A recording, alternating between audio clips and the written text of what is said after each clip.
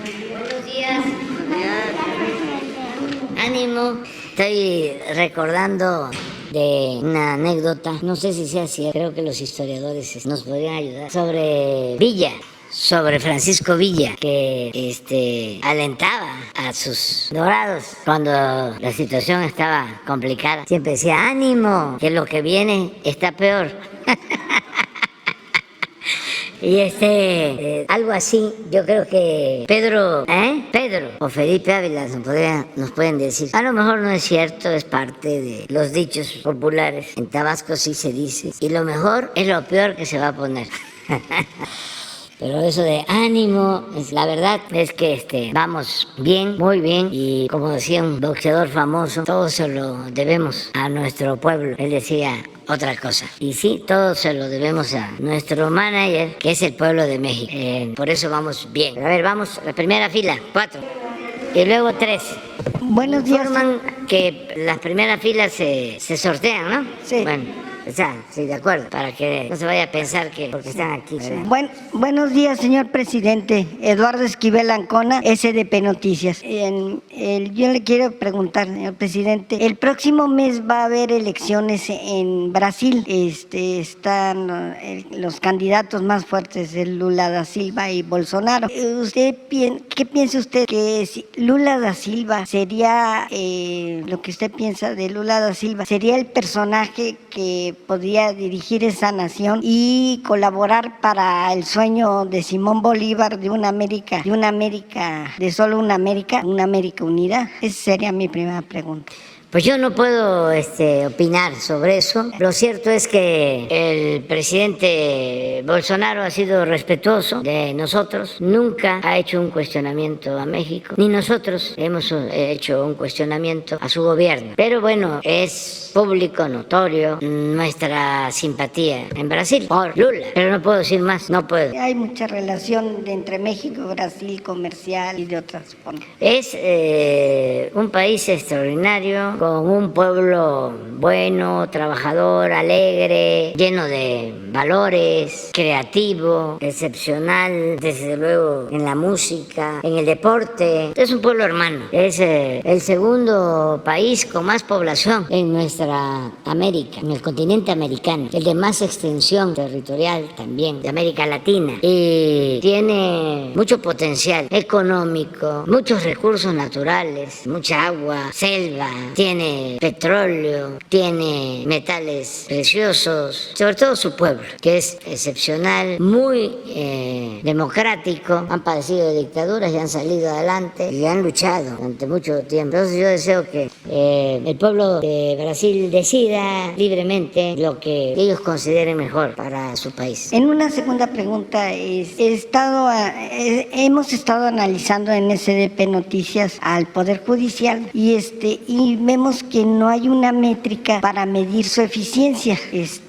No sabemos cada juez cuántas sentencias les han revocado de sus sentencias un tribunal colegial, que eso habla pues de la eficiencia o ineficiencia de los jueces. Esto se lo digo porque el Poder Judicial tiene un presupuesto están pidiendo un presupuesto de 80,000 millones de pesos y esto nomás comprende el Tribunal Federal, la Suprema Corte, la Judicatura. Ya si nos ponemos a ver todos los tribunales que son del Fuero Común, de los estados, las fiscalías, ya este año ejercieron 300,000 millones de pesos. Este Poder Judicial, que a todas luces es ineficiente, y no solo su ineficiencia, la cargan gente que tiene problemas penales,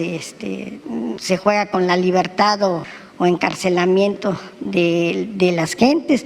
No solo es eso, sino también tiene efectos muy perjudiciales en la economía, porque en la economía, cuando este Poder Judicial es 2 veces más caro que el de los Estados Unidos. Ejercen un presupuesto y 3 veces más que Alemania y España. Y pues el Banco de México mandó a hacer un estudio que lo presentó en el 2017, donde se ve los efectos que tienen hacia la economía, en la ineficiencia de los tribunales, del Poder Judicial. Hay una gráfica muy clara donde habla de que en los estados donde se prolongan los conflictos comerciales que se están viendo en tribunales administrativos o tribunales mercantiles, se prolongan, y entonces hay efectos. ¿Cuántos trabajadores hay que no les hacen justicia, que en tribunales laborales, en las juntas de conciliación y arbitraje, que se tardan años? No fuera Iberdrola, porque ahí sí, al primer día les dan el amparo, les quitan las multas, pero una pequeña o mediana empresa se tardan años, y eso va en contra de la productividad de la economía de México, y es injusto y se hace más desigual, porque si uno tiene empresas que tienen cabilderos, entonces es más rápida la justicia, y una justicia tardía no es justicia. Eso es de los abogados, entonces y se tardan mucho los conflictos aquí en México, y se prolongan y ganan mucho dinero los jueces, los impartidores de justicia. Eso sería. Sí, yo creo que hace falta la reforma al Poder Judicial, que ojalá y los integrantes de la judicatura o un grupo de jueces o los ministros lo planteen, porque sí está mal el Poder Judicial, con todo respeto a su independencia. Esto que ayer se dio a conocer del juez que está atendiendo el asunto de Ayotzinapa, que ha liberado como a 70 implicados. 120 implicados. Y saben que todo tiene que ver con el supuesto debido proceso. Son fallas en la integración de los expedientes que presenta el Ministerio Público. O sea, forma, no fondo. Puede ser derecho, que está por verse, porque yo creo que eso es chueco, pero sin duda no es justicia. Si estamos hablando de un caso de tremenda injusticia, y porque no está bien presentada la denuncia por el Ministerio Público, ya con eso voy a resolver dejar en libertad a un presunto delincuente. ¿Por qué no se repone el procedimiento? ¿Qué no es juez? ¿Qué no tiene que ver con la justicia? ¿Quién lo nombró? ¿Por qué el caso de Ayotzinapa, que tiene que ver con Guerrero, lo atiende un juez en Tamaulipas, pero en la frontera, que además vive en Estados Unidos, según información que se tiene, que hay que comprobar? ¿Cómo es eso?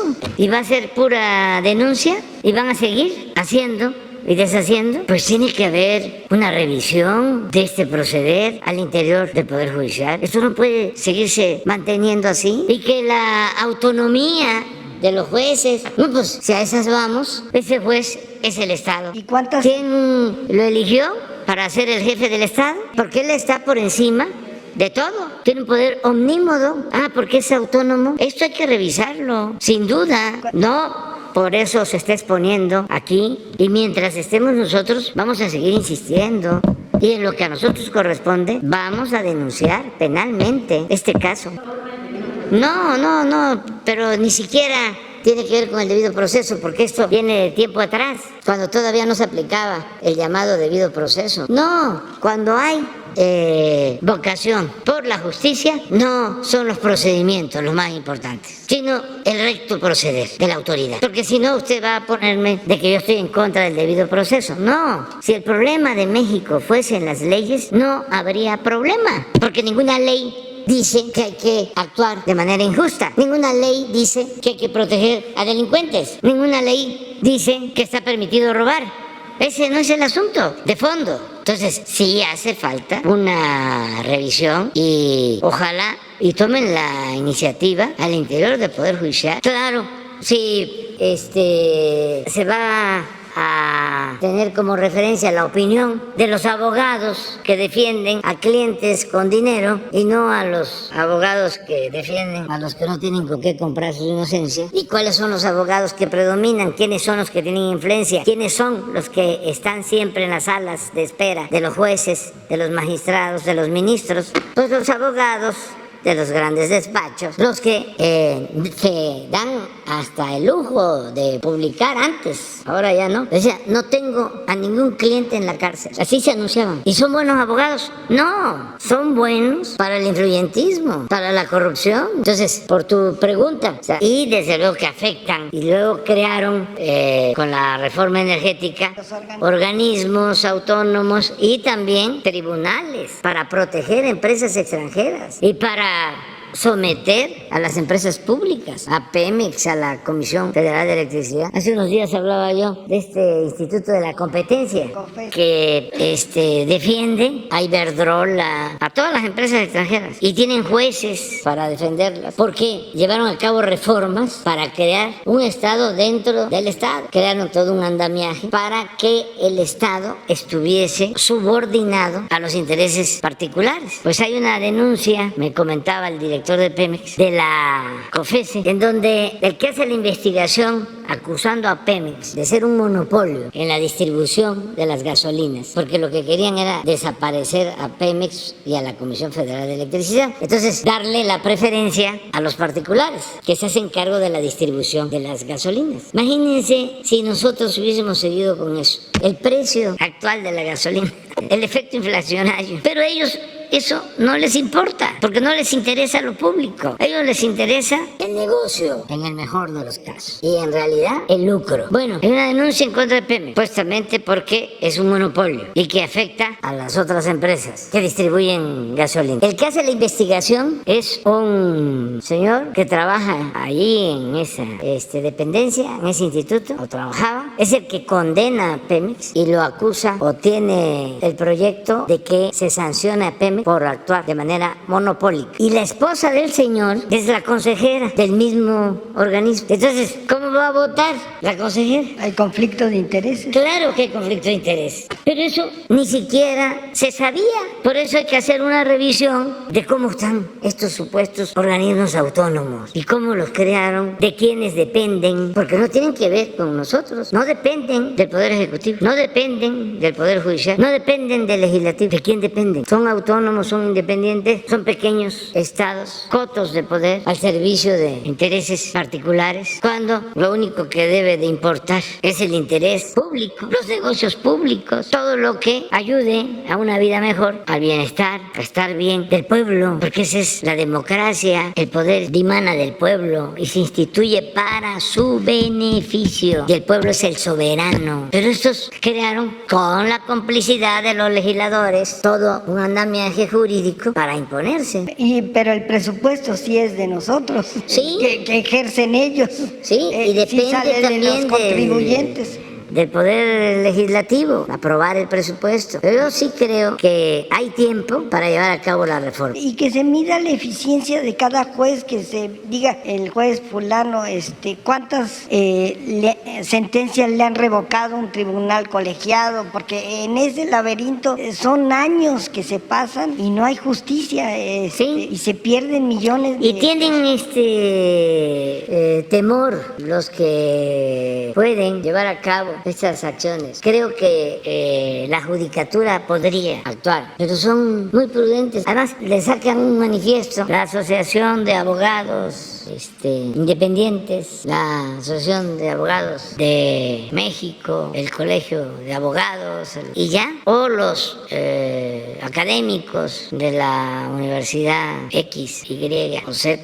Y entonces los apanican. No me voy a meter mi gremio y el Poder Judicial, ¿no? La ley es la ley. Y toda esa simulación. Contra los jueces de Casa de Chinapa Dice que en todo caso las críticas tendrían que ser a las investigaciones. ¿Qué le puede responder a eso? Que no coincido con él, que lo respeto mucho, pero que es el mismo estribillo de siempre. Llevo años escuchándolo, de que no es la culpa de los jueces, sino de los ministerios públicos que integran mal los expedientes. Es culpa de los dos, del Ministerio Público y del juez, porque puede ser que el juez, no de mala fe y no previo acuerdo con el juez, sino por ineficiencia, descuido, en efecto integró mal el expediente. La detención de la persona acusada de un delito no se llevó a cabo en la calle Juárez y en el domicilio con el número 20 de la calle Juárez. Y no fue a las 10 de la mañana, fue a las 12. O no se llama Juan Hernández López, sino se llama Juan López Hernández. Y así, entonces con eso el juez dice, no, pues no es la persona, no es, o no vive ahí, o no estaba ahí, luego entonces queda en libertad. Pero imagínense lo que es dejar en libertad a 19 por lo mismo, cuando es un caso de dominio público, que no pudieron hacer una revisión mínima y regresar el expediente y decirle al Ministerio Público, reponga el procedimiento, eso está mal, y si no lo repone y presenta las pruebas, no va a proceder. Y voy a dejar en libertad. Por ejemplo, o sea, ¿cómo si hay tortura, no se indaga? No se denuncia a los torturadores. Y no se denuncia a los torturadores, exactamente. ¿Bien? Sí, sí. Entonces, o hubo la denuncia y no procede. O le revocan la sentencia. Entonces, sí, respeto mucho al presidente de la Suprema Corte de Justicia, pero esto no es posible, pues, que siga sucediendo. Y sí, me puede él decir, y lo entiendo, de que él tiene que defender a los jueces. Sí, hay un asunto ahí que tiene que ver con la defensa de los gremios, pero yo no voy a defender a un servidor público corrupto, porque pertenece al Poder Ejecutivo. El que actúa mal tiene que ser castigado. Pero en fin, ese es... Sí.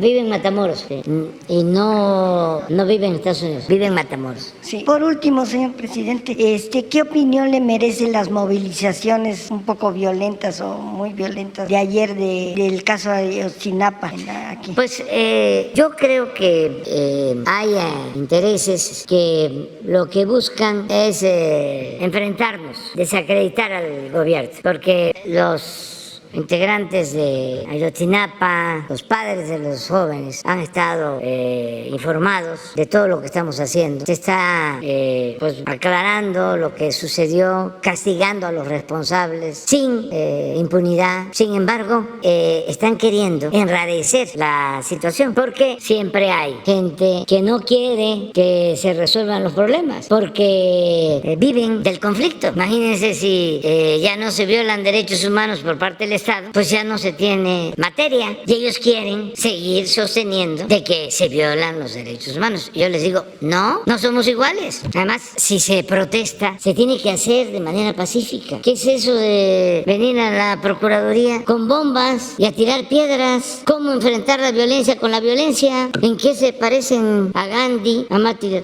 Luther King, a Mandela? ¿Dónde está la no violencia? La resistencia civil pacífica. Encapuchados tirando piedras. Ahí es el conservadurismo, o lo que suele pasar, que los extremos se tocan, la extrema derecha y la extrema izquierda. Entonces, claro que no estoy de acuerdo con esas manifestaciones de violencia. Y ahí van a venir seguramente pues otros que pertenecen al movimiento conservador. Cuando el movimiento feminista, hay activistas del conservadurismo, mujeres que de repente se volvieron feministas y están promoviendo acciones en contra del gobierno. Ayer hablaba yo de que tenemos que poner vallas porque traen soplete y marros, y si no se ponen las vallas, entran y queman aquí para que la nota mundial, imagínense al Reforma y a otros medios, y al New York Times, y al Washington Post, y al Financial Times, y al Wall Street Journal, caos, incendio, país en llamas. Porque, como lo comentábamos ayer con Jorge Ramos, pues lo que no quieren es que avance la transformación. Están molestos porque ellos mandaban, eran los dueños de México, y ahora manda el pueblo, y se dedicaban a saquear, a robar. Son unos inmorales, y además hipócritas, porque no dan la cara, tienen a sus voceros voceros, tienen a sus achichincles, a sus intelectuales orgánicos, a sus periodistas, sus medios de información. Son expertos en tirar la piedra y esconder la mano. No más que, como dije ayer también, y lo repito, te conozco, bacalao, aunque vengas disfrazado. O sea, o como se dice en el béisbol, los tengo bien fildeados. O cuando se coleccionan figuritas, esta ya la tengo, pues esta película ya la vi. Entonces, estamos en eso, pero bueno, ojalá y nadie se enoje y que todos participemos, que haya un debate sobre estos temas. Yo acepto, a mí me cuestionan todos los días, y hasta me insultan, no hay problema, ya están pendientes de todos. El día del temblor, yo me levanté, sonó la alarma y no solo es la protección de la familia y de los que estamos aquí, sino del país. No solo estoy viendo cómo se mueven las lámparas, cómo rechina el edificio, truena, sino estoy pensando en los daños, en dónde fue, porque creo que depende de dónde se presenta el epicentro. Puede ser fuerte, pero si es en una zona de poca población, el daño es menor. Si está más cerca de ciudades, por ejemplo, cuando el epicentro es más cerca de la Ciudad de México, hay más riesgos. Entonces lo primero es dónde, y luego a buscar información, de hablar a los responsables, a los que tienen que dormir con las botas puestas en la Secretaría de la Defensa, ahí sí, en el teléfono rojo, día y noche, y ya hablo y ahí de inmediato me dan información o me dicen 2, 3 minutos, tenemos toda la información. Y ya me habla el general. Bueno, en una de esas, porque es importante informarle a la gente para que no nos angustiemos más de lo debido. Es muy importante informar. Entonces, en una de esas estaba hablando con el general en la oficina de Laurita, ¿sí? Que es su escritorio. Yo no podría trabajar sin Laurita. Ella lleva conmigo, bueno, llegó jovencita a trabajar. Y es a la que le dicto, pues, mis discursos, es todo. Entonces, pues por eso su despacho está así. Y tiene ella el teléfono porque pues es parte de lo más cercano, de lo más íntimo. Entonces una de esas, pues hablo de ahí y resulta que tiene libros y tiene expedientes, pues porque ese es su trabajo. Ahí le llegan todos los oficios, informes y además me guarda mis textos, los libros. Le digo, necesito un libro de Neruda que se llama Creo para nacer he nacido, en donde hace mención a lo que fue el gobierno de Roosevelt. Si no es el libro, es otro de Neruda, donde tiene relatos. Sí.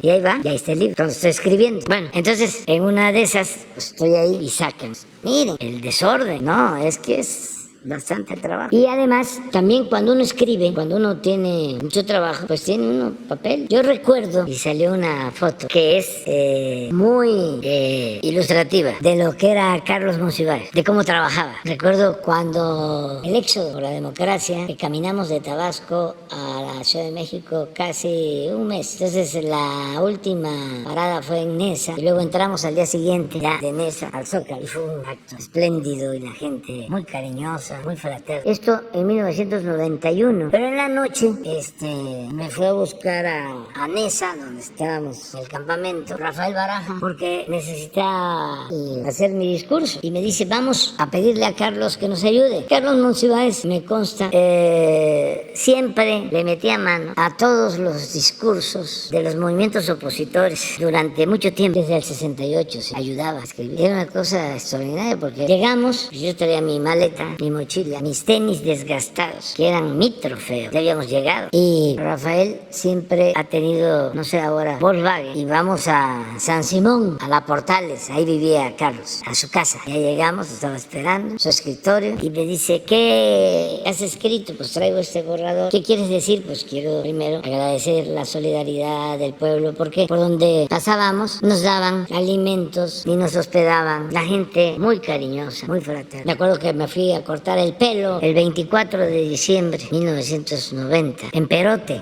Ahí pasamos la Navidad, porque no querían reconocernos nuestros triunfos. Y cuando le dije, me preguntó la cortadora, ¿y a qué se dedica? ¿Qué hace? Digo, vengo con la manifestación, la marcha.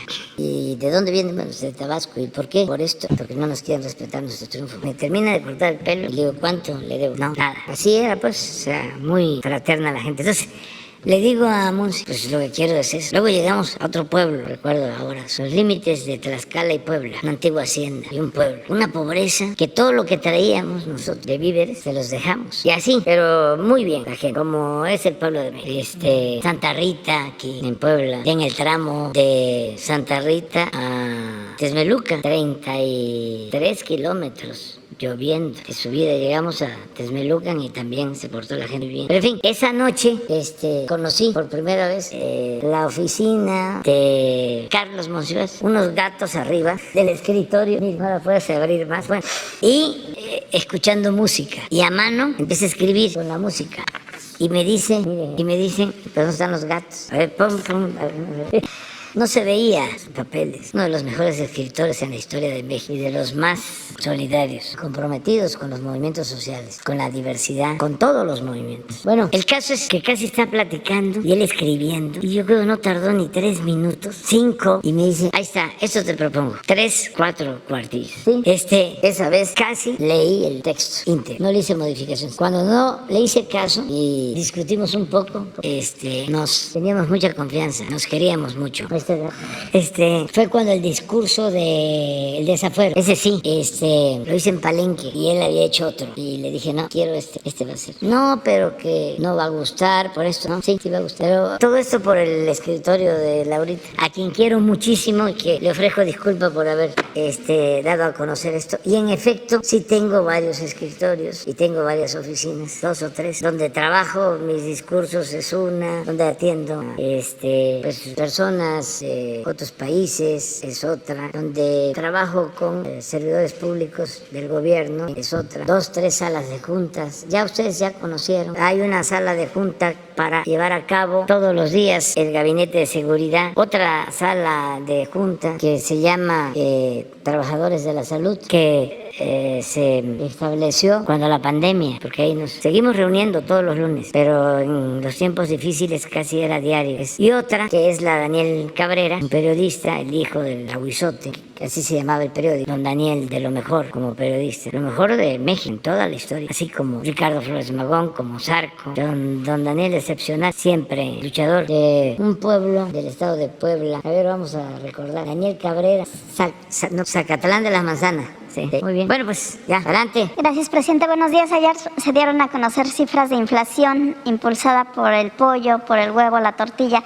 Preguntarle a qué acuerdo se llegó con los productores en la reunión que tuvo antier. Fue muy buena reunión. Les agradezco mucho a los productores, a los comerciantes. Se está trabajando de manera conjunta. Lo importante es que se logró el acuerdo unánime de mantener precios sin aumentos de productos básicos, alimentos. Llegamos a ese acuerdo y a otros. Lo importante es que todos estuvieron de acuerdo en ayudar. Hasta les dije, yo sabía que ustedes iban a estar a la altura de las circunstancias y que nos iban a ayudar. Y les dije, ¿y saben por qué todos están ayudando? Por México, porque todos le debemos mucho a nuestro país.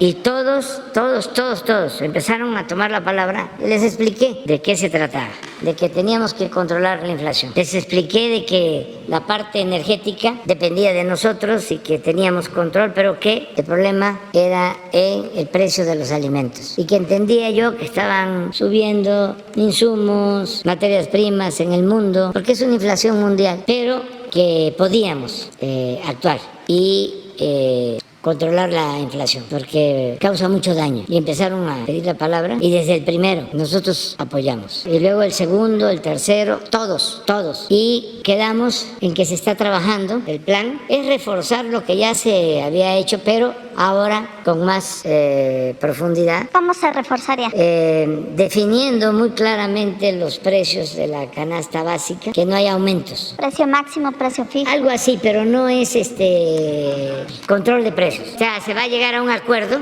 decir, esta canasta de 24 productos y si es posible se va a ampliar, va a costar tanto y por producto tanto, porque participaron productores, distribuidores, industriales, los más importantes. En la distribución, por ejemplo, que yo recuerdo, hablaron los 3 directivos, dueños de las 3 principales distribuidoras o tiendas o cadenas de tiendas. El primero fue el de Soriana, luego el señor Chedraui y luego el representante de Walmart.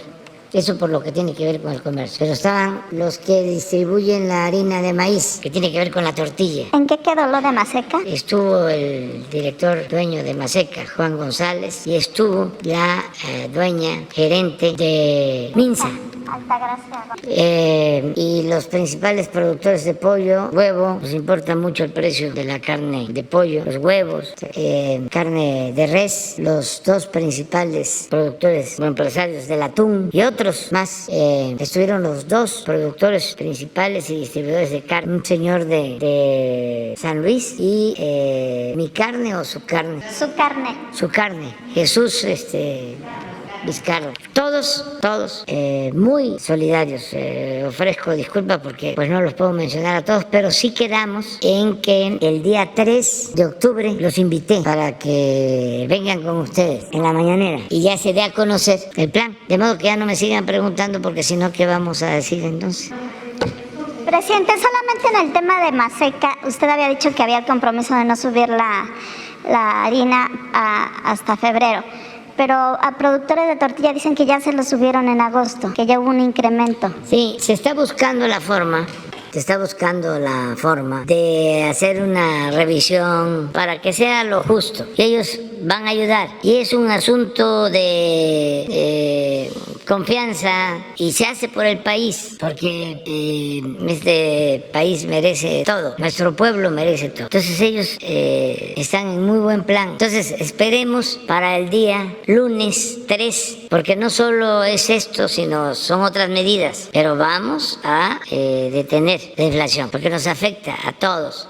Porque perdemos poder adquisitivo, sobre todo la gente más humilde, la gente más pobre, les rinde menos su dinero. Entonces, en el caso de los combustibles, no hay aumento de precios de gasolinas, de diésel, de luz, nada. Pero en el caso de los alimentos, como no somos autosuficientes en alimentos y se tienen muchos que importar y aumentó el precio de las materias primas en el mundo, pandemia y guerra. Sin embargo, por la decisión que tomamos antes que otros, nosotros tenemos una inflación menor que otros países, sobre todo en energética, porque decidimos no aumentar los precios de las gasolinas y del diésel y de la luz. Sin embargo, en el componente de alimentos sí, hemos tenido incremento. Ahora que dio a conocer ayer el INEGI el aumento, que fue muy poco, tiene que ver con alimentos. Creo que es 0.4 y fue alimentos, que eso es lo que vamos a atender con este plan. Y tendrían también que en las revisiones salariales,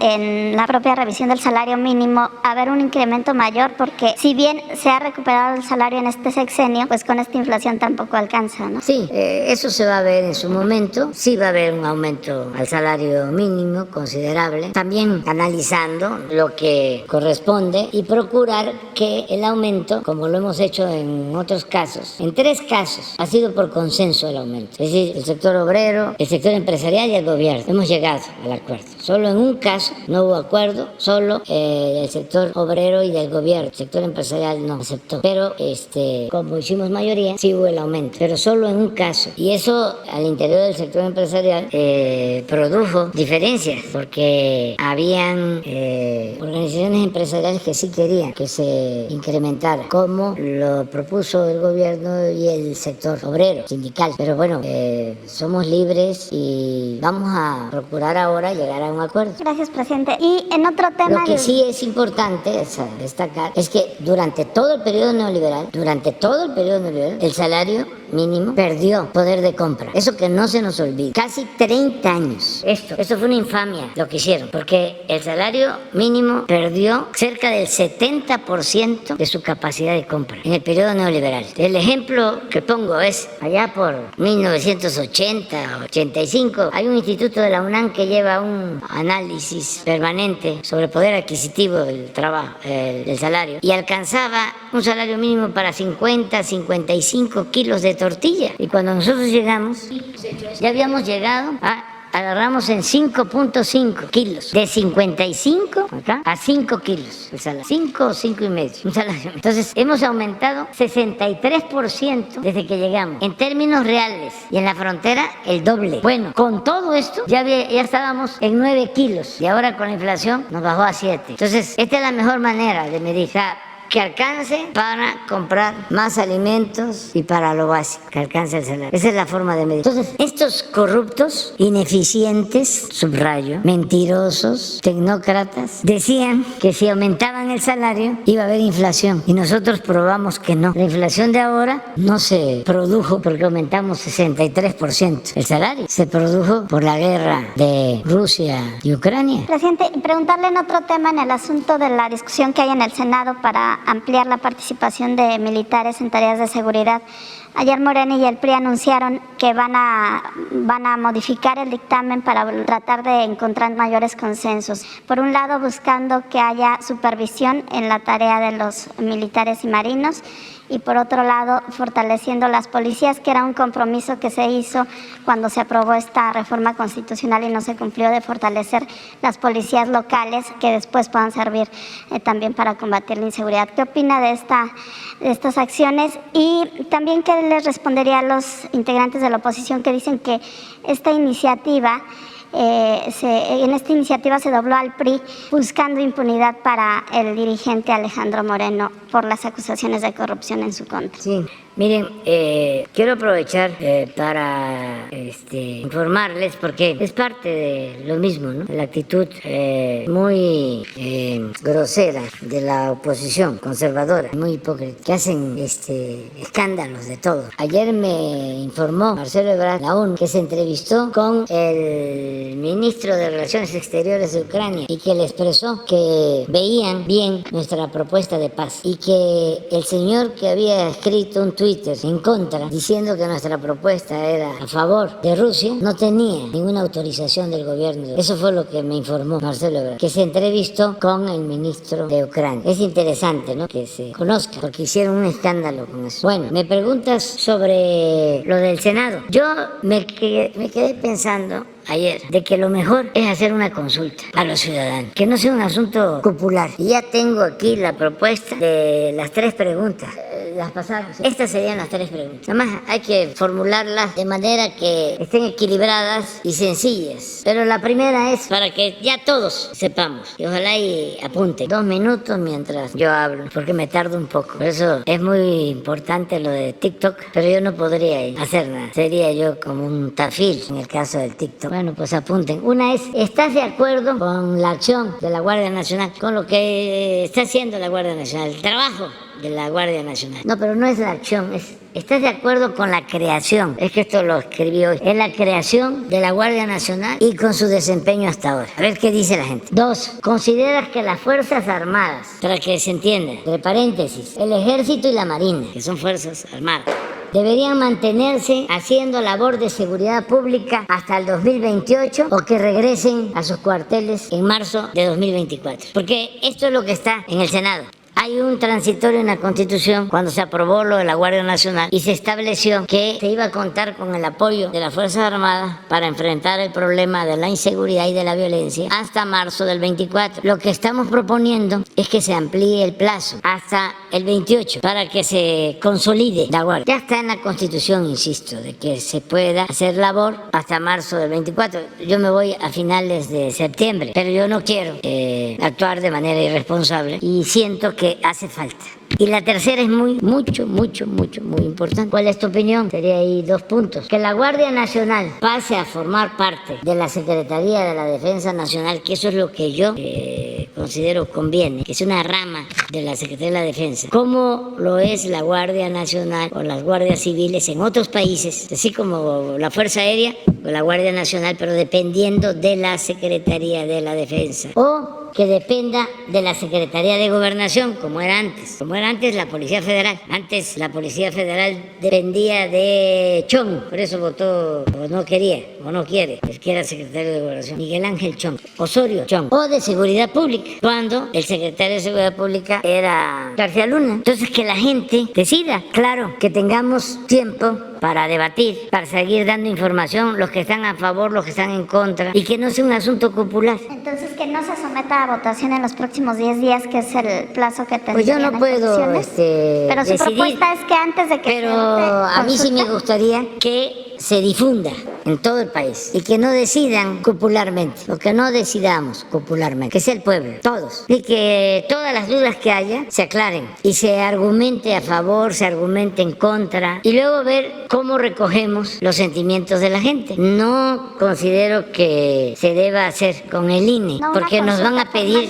No una consulta formal como está en la Constitución. Sí, no. Porque ahí lo impiden. Hay que buscar legalmente si existe un mecanismo. Parece que sí se puede a través de la Subsecretaría de Gobernación. Legal. Aun cuando no sea vinculante. No una consulta formal como está en la ley. Formal, pero no encuesta, porque se pueden hacer las dos cosas, ¿sí? Encuesta, pero al mismo tiempo que se le pregunte a la gente, y no nos va a costar también porque vamos a participar todos, y que participe la gente, y que nos ayude la gente, y que se pueda votar en casillas y también de manera electrónica, y que también se puedan aplicar 2, 3 encuestas en su momento y recoger la opinión de todos para no estar supeditado a intereses de grupos y que sea el pueblo el que decida. ¿Qué fecha propone usted para la consulta? A mí me gustaría que, aunque nos lleve tiempo, que todo este año se promueva, todo este año, y que a principios del año próximo se lleve a cabo, y también con libertad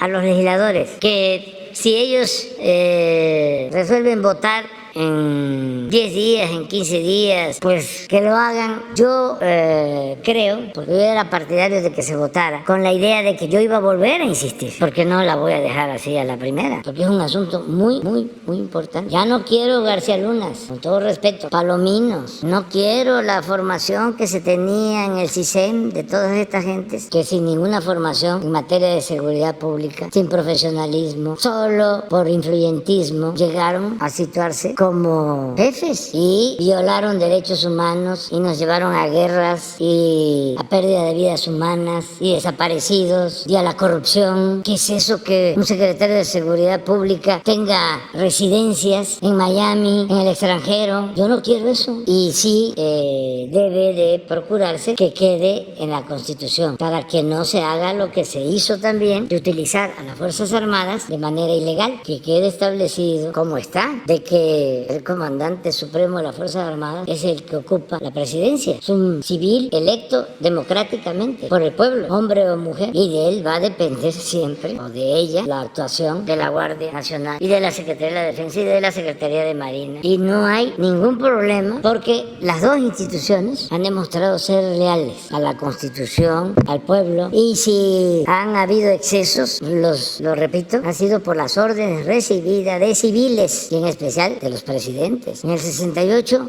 no hay duda, el presidente Díaz Ordaz en su informe se responsabilizó, Echeverría en su informe se responsabilizó de la represión del 71. Bueno, hasta el presidente Peña Nieto, en ese encuentro que tuvo en la Ibero, cuando lo de Atenco, asumió de que él era el responsable. Y eso no fue el uso del ejército, fue la policía. Pero nosotros no vamos nunca a reprimir al pueblo. Por eso, lo del llamado a los papás, a los jóvenes que están movilizándose ahora por la causa de Ayotzinapa. Mucho ojo, no se dejen, nosotros no vamos a reprimir y siempre vamos a estar del lado de la justicia, y no traigan bombas molotov y no traigan piedras y no olviden que el soldado es pueblo uniformado. Conozco generales de división, sus padres ya de edad, ahí andan. Conozco un caso del papá de un general de división que está en activo todavía, el general, y el papá también en activo, porque ustedes saben que a los 65 años tienen que retirarse. Pues el general ya está por retirarse, ya debe estar cerca de los 65, pero todavía vive su papá en un pueblo de Oaxaca. ¿Y saben qué? Monta bicicleta y es parte del pueblo. El ejército mexicano, repito, no pertenece a la oligarquía, no es como otros ejércitos. El ejército mexicano surgió para enfrentar el autoritarismo, el golpe de Estado encabezado por Huerta y apoyado por los oligarcas. Así surgió el ejército actual. No es igual que otros ejércitos. Entonces todo esto se debe de tomar en cuenta. Y no voy a dejar de llamar a los senadores que votaron, no que votaron, que se manifestaron, que iban a votar y que estamos militarizando el país, mintiendo, exagerando, calumniando por nuestras diferencias políticas. ¿Y dónde está la moral? Pues un árbol que da moras, la moral. No que se la daban de muy santones, puritanos, rectos, íntegros, honestos, o son pura hipocresía. Es interesante. Ahora, estaba yo viendo, además que Jesús es muy prudente, a veces lo veo veo hasta fresa. Pero cuando se puso el texto de los supuestos reportes de la Embajada de Estados Unidos en contra de Américo Villarreal, resulta que el que pone los textos o los retoma del articulista del Universal, ¿sí? El que lo retoma, es intelectual de la revista Letras Libres de Krauss. Imagínense. Pero, ¿por qué no lo pones? Porque es interesantísimo lo que escribe. Estamos hablando de la supuesta cúpula del pensamiento, de la intelectualidad del país. Que el otro gran intelectual, Sheridan, que también ahorita lo vamos a poner, ya está más moderado Krause, pero estos son sus discípulos. ¿Quién es Oscar Castellón? Pues un intelectual de estos de Letras Libres. Y miren lo que escribe. No había visto el cable confidencial en el que el embajador Salazar le advierte a su gobierno que la secta obradorista, fíjense que es una secta muy peculiar porque nos está apoyando el 70% de los mexicanos. ¿Cuánto es el 70% de los ciudadanos mexicanos? Si somos como 85 millones de ciudadanos, 59 millones de personas formamos parte de la secta obradorista. Está usando dinero del narco para la campaña del Estado de México. Fíjense, un intelectual que afirma esto sin probar. ¿Dónde está la honestidad intelectual? Es una vulgaridad mental. Y sabía también que Obrador está construyendo un narco régimen militarizado. La verdad, yo no lo sabía, o no me había dado cuenta que estaba yo construyendo un narco régimen militarizado. Pero hay algo peor. Ya sabía que Obrador está construyendo un régimen militarizado, pero leer esto es perturbador, es escalofriante. Y resulta que son falsos. Ayer le dijo al embajador sobre este tema que son falsos, ¿le ratificó? ¿Le comentaron algo? Yo no me meto a ver estas cosas. ¿Hablaron de otro tema? No, hablamos de otras cuestiones. Yo no me meto porque respeto la opinión de cada quien. Lo que no permito es que se metan en asuntos que solo corresponden a los mexicanos. No. Pero lo conozco de hace tiempo, la vez pasada. Lo expliqué. No, porque... No me meto en eso. No me meto, le tengo confianza a la gente. O sea, y sé quién es quién. Porque pues son muchos intereses. Y si un intelectual se atreve a esto, imagínense, o un supuesto intelectual o periodista se atreve a esto, imagínense a lo que puede atreverse un politiquero. No me meto en eso, porque es que esto refleja bien, es una descomposición, es la decadencia de un régimen corrupto, de injusticias, de privilegios. Es lo que está desapareciendo ante el nacimiento de lo nuevo. Por eso hablamos de transformación. Pero esto no podría darse, o sea, esa exageración, llaman ustedes volada, pues solo se puede producir cuando hay un estado de ánimo de mucha molestia, de mucha irritación. Eso no tiene que ver con la sensatez, los argumentos, el debate, la urbanidad política. Pero estamos hablando de una gente del medio intelectual. Claro, como ellos eran los más influyentes, que son los más molestos. Un obrero, un campesino, un comerciante, pequeño, mediano empresario, incluso hasta un empresario grande. No está así, no padece tanto. Es como cuando una gente de un sector medio aspiracionista se ofende más que los oligarcas. Una vez me contaron que en Aguasteca, una cantina, llegó una gente, estaban otros en la mesa y eran los que tenían un poco más de recursos en el pueblo, ¿no? Tampoco. Y empezó a hablar en voz alta y a decir que eran muy ingratos y a lo mejor usaba otras palabras, los pudientes. Y cada vez gritaba más y más, hasta que se paró uno de la mesa y le dijo: oiga, ya deje de estar insultándonos. No, si a ustedes no les insulto, estoy hablando de... Empezó a mencionar los personajes más ricos de México. ¿Por qué se sienten aludidos si ni siquiera es con ustedes? Pero sí hay muchos, porque no es la parte, lo hemos dicho, solo económica, no es cuánto tienes, hay gente que tiene y que tiene un pensamiento liberal. Hay dos ejemplos extraordinarios, históricos. El de Simón Bolívar, que era hijo de hacendado, se va a estudiar a Europa y tiene su maestro. ¿Cómo se llamaba el maestro de Bolívar? Simón Rodríguez. Lo forma, él está en Francia, adquiere ideas libertarias, progresistas y es el gran libertador que logra independizar pues a lo que hoy es Panamá, Colombia, Venezuela, Ecuador, Bolivia, Perú, porque el Chile fue O'Higgins, y San Martín, Argentina, pero venía de una clase acomodada. Y el otro ejemplo nuestro, Madero, extraordinario, también por la formación. Por eso la educación es importantísima. Madero estuvo en Francia, estuvo estudiando en California, en Berkeley, hacendado, con muy buena preparación y muy solidario, muy fraterno. Distinto incluso a miembros de su familia, desde luego distinto a su abuelo, a don Evaristo, que era porfirista. Una vez le escribió don Evaristo a Porfirio y le dijo: estamos muy apenados con usted, señor presidente, porque este muchacho está de revoltoso, queriéndole combatir políticamente, no le haga caso. Casi le dijo: no está exacto. Lo que sí le dijo, y está en la carta, es que le pone: toda la familia está muy apenada, pero mire, con decirle que es hasta espiritista. Pero Madero es grande, gigante. Y ahí sí aplica aquello de que la grandeza no se mide de los pies a la cabeza, sino de la cabeza al cielo. Pero en fin, esto es importante. Presidente, buenos días. Emir Olivares, del periódico La Jornada. Preguntarle, el lunes se cumplen 8 años de los crímenes contra los normalistas de Ayotzinapa. Reiterando en este tema, ¿hasta dónde va a colaborar la Secretaría de la Defensa Nacional? En el sentido de, se habló, el subsecretario Encinas habló de 20 órdenes de aprehensión contra militares. Hasta ahorita se han ejecutado solo 4. ¿Hasta dónde la Secretaría de la Defensa Nacional va a colaborar en este sentido para que el resto de los militares, si es que así se dan, se puedan ejecutar estas órdenes de aprehensión? Y desde su gobierno, ¿cuál es el compromiso? Ayer insistía que es uno de los 2 temas en los que no ha podido usted cumplir esos famosos 100 compromisos en el Zócalo capitalino. ¿Qué tan difícil ha sido poder cumplir justicia para este caso? Lo vemos también más allá de los 120 liberados por el juez Ventura Ramos. Ayer mismo se concedió un amparo al ex procurador Murillo Karam. En este sentido, preguntarle cuál es el compromiso y también si ya le comunicó al embajador de México en Israel. Ayer fue llamado a consultas por el gobierno de Israel.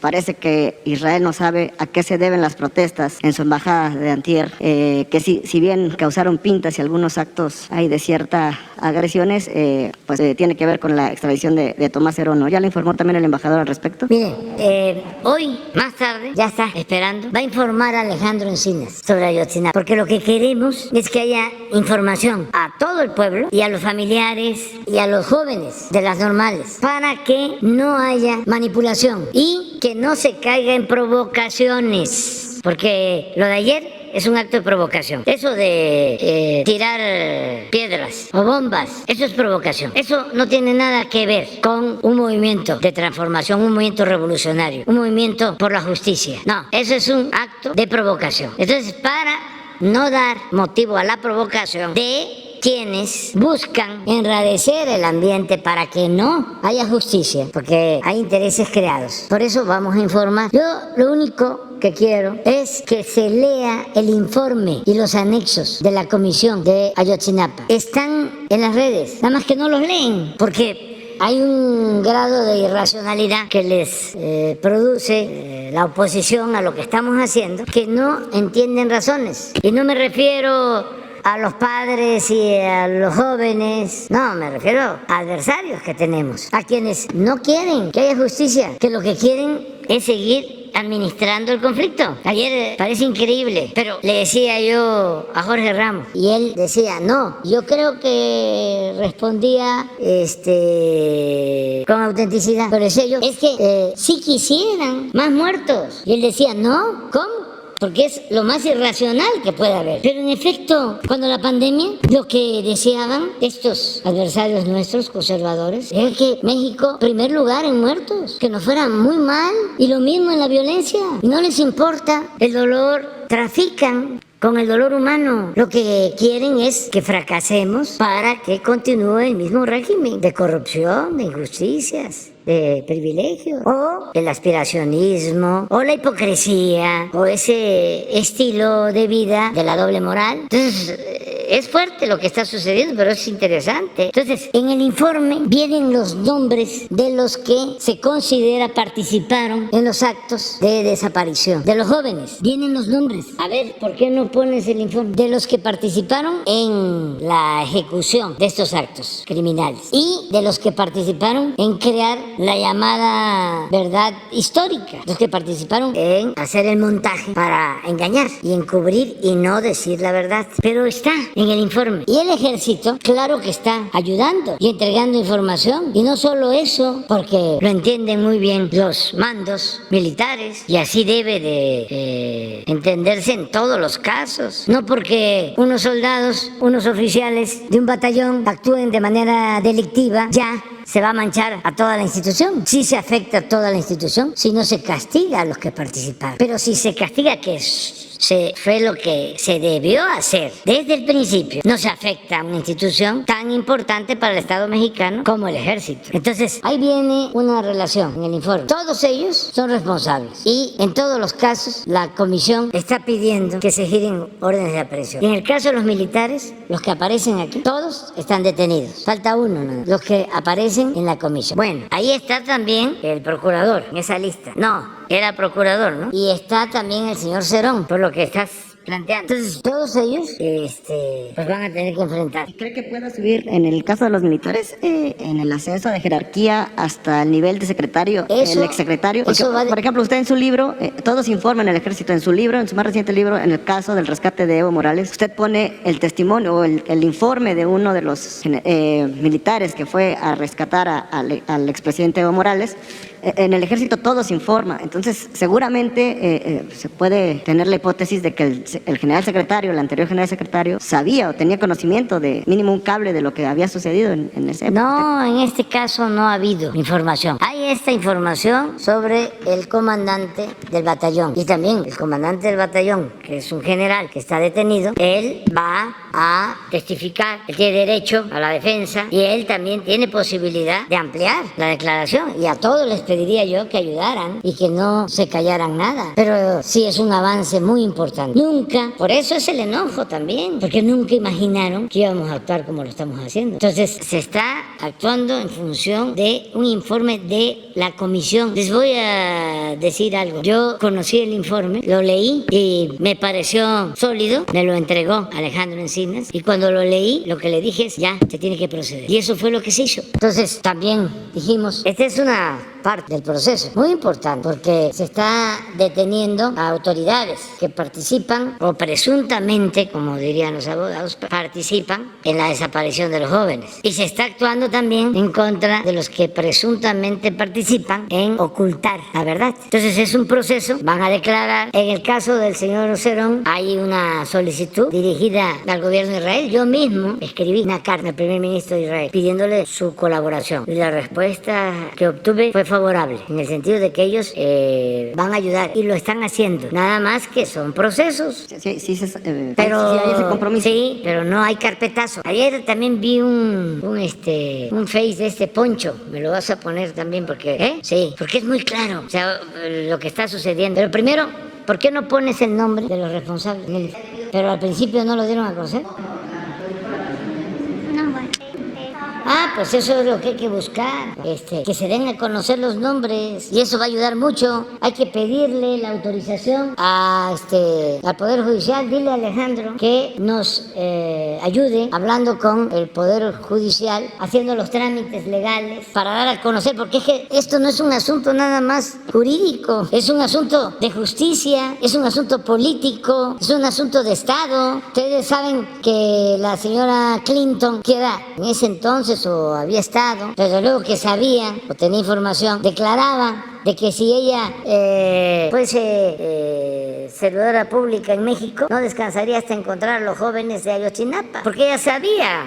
Y a un mexicano, pues nos duele que del extranjero nos digan de que nosotros ocultamos las cosas. Este gobierno no va a permitir que nadie lo sienta en el banquillo de los acusados, porque tenemos autoridad moral, porque tenemos autoridad política. No nos van a poner contra la pared, no nos vamos a dejar chantajear a nadie. Entonces esto hay que quitarlo, hay que buscar quitarlo y que se dé a conocer. Yo pensaba que sí, porque Cuando lo del general Cienfuegos me costó trabajo, porque me decían los abogados de relaciones, los abogados de la fiscalía, los abogados de la consejería jurídica, no, el debido proceso, no. Si no damos a conocer todo y empezamos a tachar, lo que hacemos es crear incertidumbre y dar motivo para la especulación, las conjeturas, para la mala fe de los adversarios nuestros. ¿Qué tenemos nosotros que estar ocultando los nombres si no queremos que haya impunidad? Hablando de impunidad, presidente, en la semana, por 3 días, se abrió por primera vez las puertas del campo militar número 1. ¿Qué representa esto para su gobierno, para México, después de una lucha larga de 50 años de las víctimas? Significa una nueva etapa en la vida pública del país. Significa decir no a la corrupción, no a la impunidad. ¿También habría castigo para esos militares que participaron, incluidos los famosos vuelos de la muerte? Que salgan las investigaciones, como se están haciendo, están formados grupos con ese propósito. Y no vamos nosotros a proteger a nadie. Nosotros padecimos de la represión del Estado autoritario durante el periodo neoliberal. ¿Cómo voy a llegar yo a presidente a hacer lo mismo? Con todo respeto, yo no soy Calderón ni Salinas, soy Andrés Manuel, nacido con mucho orgullo en Tepetitán, Macuspana, Tabasco. Y finalmente, entonces, yo no sabía esto, fíjate. Entonces le voy a pedir a Alejandro. Es más que si no se puede, hoy mismo, que busque a los padres y que con el compromiso, porque a los padres no les convendría de que se use esto de pretexto para que no haya justicia, pero que los busque a los padres y que les dé los nombres, porque a lo mejor esto es lo que está llevando a la desconfianza de los padres y a los abogados, defensores de la causa, pero que los busque si son estos y que se dé toda la información para que no haya provocaciones. Porque hoy en la mañana me informaron de que se están preparando con bombas molotov y con piedras. ¿Qué es eso?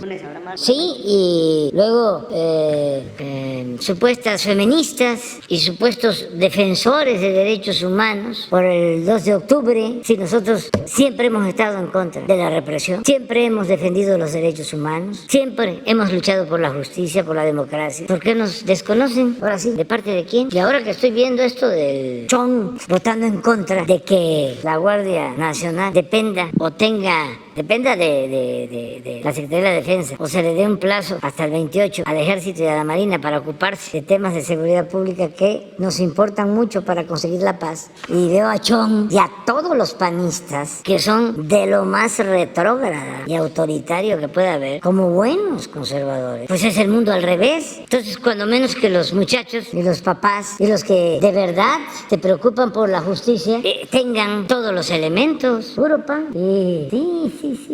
Álvarez y Casa, ¿saben qué? Álvarez y Casa siempre me ha parecido un falsario. Era de la Comisión de Derechos Humanos en la Ciudad de México. Y cuando nos manifestamos en el Zócalo, cuando el fraude del 2006, que lo que me propuse fue evitar la violencia. Fíjense, nos robaron la presidencia y teníamos que cuidar 2 cosas. Lo difícil para la dirección de un movimiento. Teníamos que cuidar 2 cosas. Una, que no pareciéramos tibios, para que no se echara a andar la versión de que nos habíamos vendido. Fíjense lo que hay que cuidar. Por otro lado, que no fuésemos tibios, que protestáramos, pero sin violencia, que no se saliera de cauce, de control el movimiento. En aquel entonces, esta empresa Mitoski hizo una encuesta y la gente estaba tan molesta por el fraude, no sé, por ahí debe estar la encuesta, que de cada 10 ciudadanos, creo que 1 o 2 estaban opinando que debíamos de llevar a cabo acciones violentas. 13%. Entonces, ante esta situación, imagínense, se desborda el movimiento. Hay muertos. Sí, así padecimos del linchamiento político por la campaña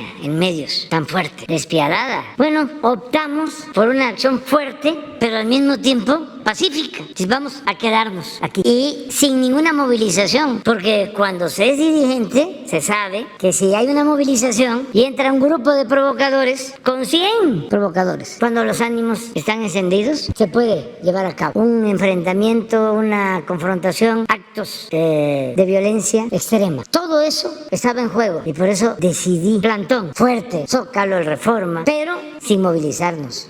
para no correr el riesgo de la violencia, para evitar la violencia. No se rompió un vidrio y nos robaron la presidencia. Bueno, ¿saben qué hizo este señor como presidente de Derechos Humanos? Le mandó a Alejandro Encinas una recomendación para que nos desalojaran, el de Derechos Humanos, condenando lo que estábamos haciendo. Desde entonces, vinculado al PAN, un conservador, y siempre simulando, ¿no? Y claro, va a la OEA y allá lo nombran defensor de derechos humanos. Y todavía sigue engañando. Es un falsario, un hipócrita. Entonces son a los que estamos enfrentando. Finalmente, y otros más. De mi parte, la última, presidente. Que quedaron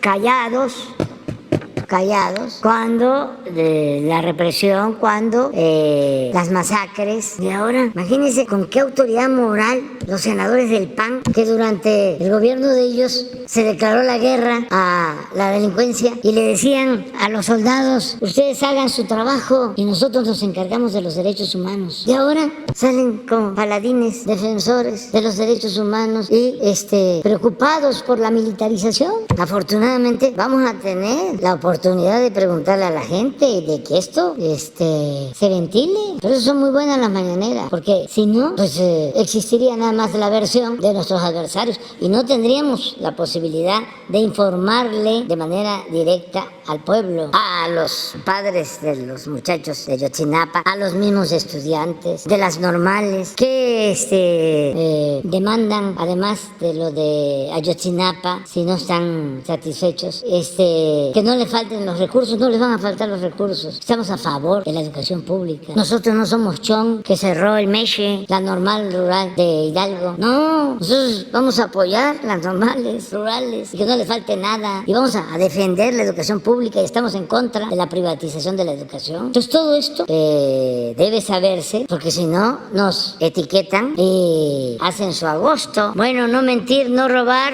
hay que desayunar. No mentir, no robar, no traicionar. Vamos a la península, vamos al Tren Maya, supervisión.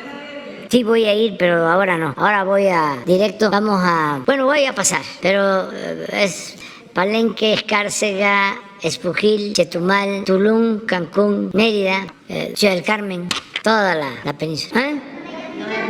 Aquí, ¿no? No se vayan. No, sí, hay que ir a desayunar. Pues pónganse de acuerdo aquí. ¿En dónde? En Gobernación. No, aquí, es que es muy importante. Es que lo que va a plantear Encina, yo lo avalo. Pero aquí. Bueno, nos vemos mañana. No, el lunes.